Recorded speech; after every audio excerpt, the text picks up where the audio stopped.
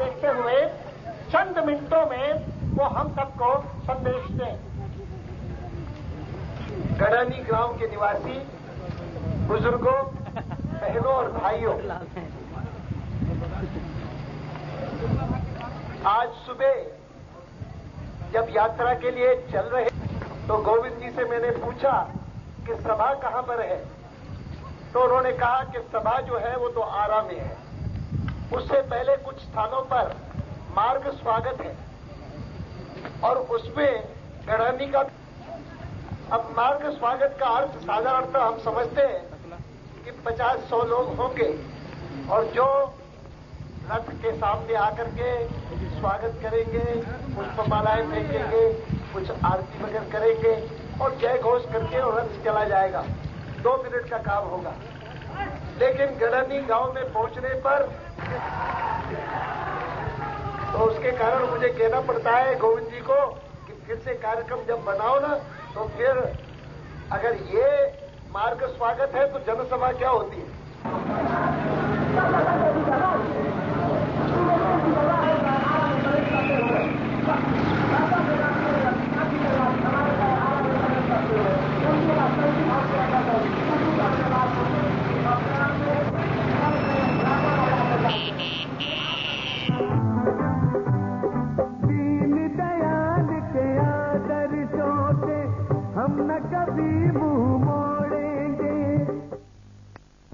वो सफलता मिलेगी।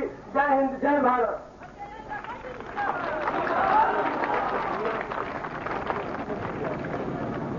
जाएगी, खुशहाली आएगी। इसलिए वीर कुंवर सिंह ने अंग्रेजों से लड़ाई लड़ी। सैकड़ों नाम अनाम जवानियां लुट गई, लुटा दी लोगों ने। पटना के शहीद स्मारक पर 5 जवानों की मूर्तियां हैं जिन्होंने स्वतंत्रता प्राप्ति के लिए हंसते हंसते अपने बलिदान कराए। क्या आज के 50 साल बाद भारत और बिहार की जो स्थिति है, इसी कल्पना के लिए उन्होंने किया था? जिनके स्फुर्द भारत हुआ अंग्रेजों के जाने के बाद, वो हमारे भाई बंद रहे। परंतु मैं इतना ही आपसे कह सकता हूं कि अंग्रेजों ने 200 साल में जितना हिंदुस्तान को लूटा होगा, उससे ज्यादा हमारे भाइयों ने जो राजनीतिक संस्कृति के अंदर आए, इस 50 साल में भारत को लूटा है। मैं एक ही आंकड़ा देकर अपनी बात समाप्त करना चाहूंगा। अंग्रेजों ने चाहे भारत को जितना लूटा हो, जिस दिन यहां से गए 5,000 करोड़ भारत का इंग्लैंड के बैंक में जमा था। 50 साल बाद भारत के ऊपर 5 लाख करोड़ का कर्जा है। कहां गया ये पैसा? गांव में पानी की व्यवस्था है क्या? बिजली की व्यवस्था है क्या? दवाई की व्यवस्था है क्या? स्कूल की व्यवस्था है क्या? सड़क की व्यवस्था है क्या? कुछ नहीं है गांव के अंदर। अंग्रेजों के समय जो स्थिति थी उससे भी लगता है कई बार बदतर स्थिति हो गई है। ये पैसा कहां चला गया? भ्रष्टाचार की बहादुर जनता को संबोधित करें माननीय अडवाणी जी।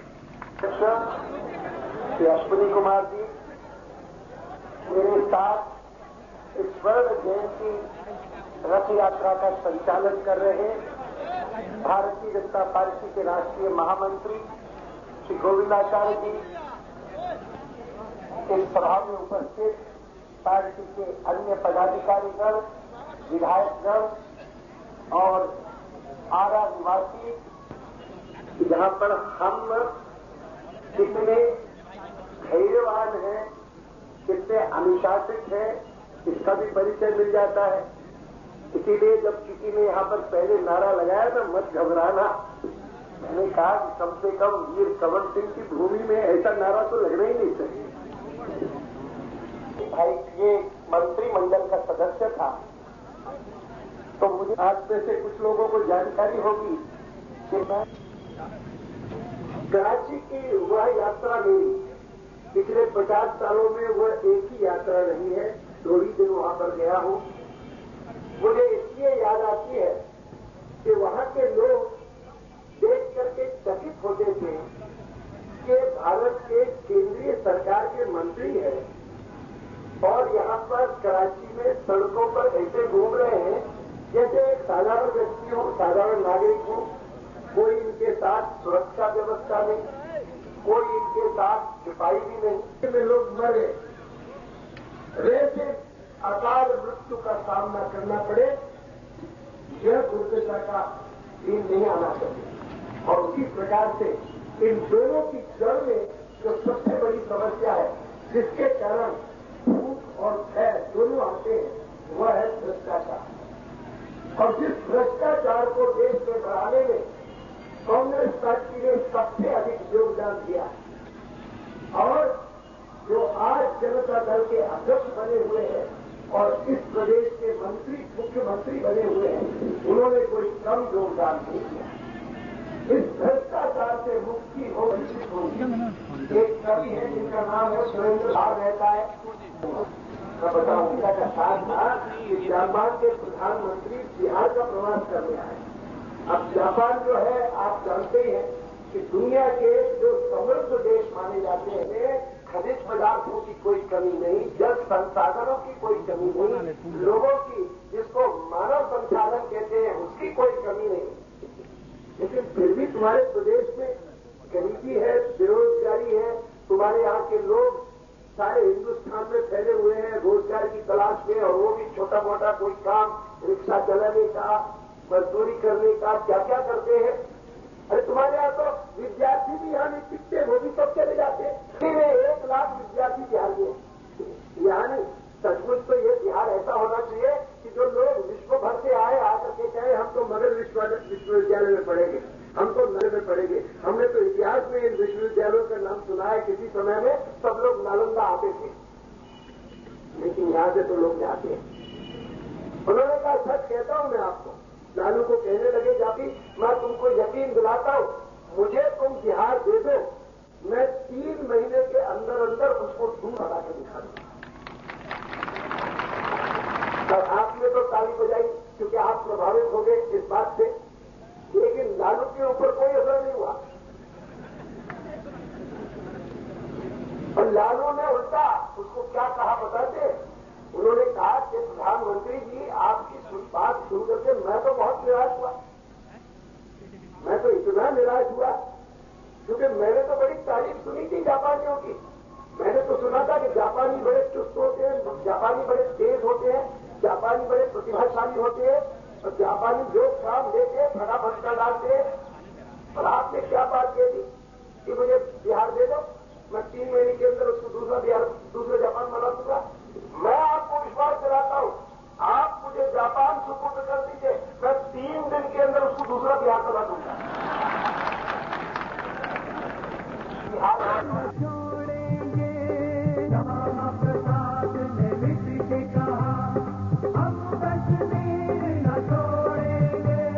राष्ट्रभक्ति और नैतिकता का दृढ़ संकल्प जगाएगा। लाल कृष्ण आडवाणी का रथ लाल किले तक जाएगा। लाल कृष्ण आडवाणी का रथ लाल किले तक जाएगा। यात्रा का सुफल मिलेगा, सपनों का कमल खिलेगा। यात्रा का सुफल मिलेगा, सपनों का कमल खिलेगा। एक नई चेतना लिए जय राष्ट्र बोलो, बोलो भारत की जय, सदा होगी विजय। है ये सदी भाग्यवंती, लाई स्वराज की स्वर जयंती है।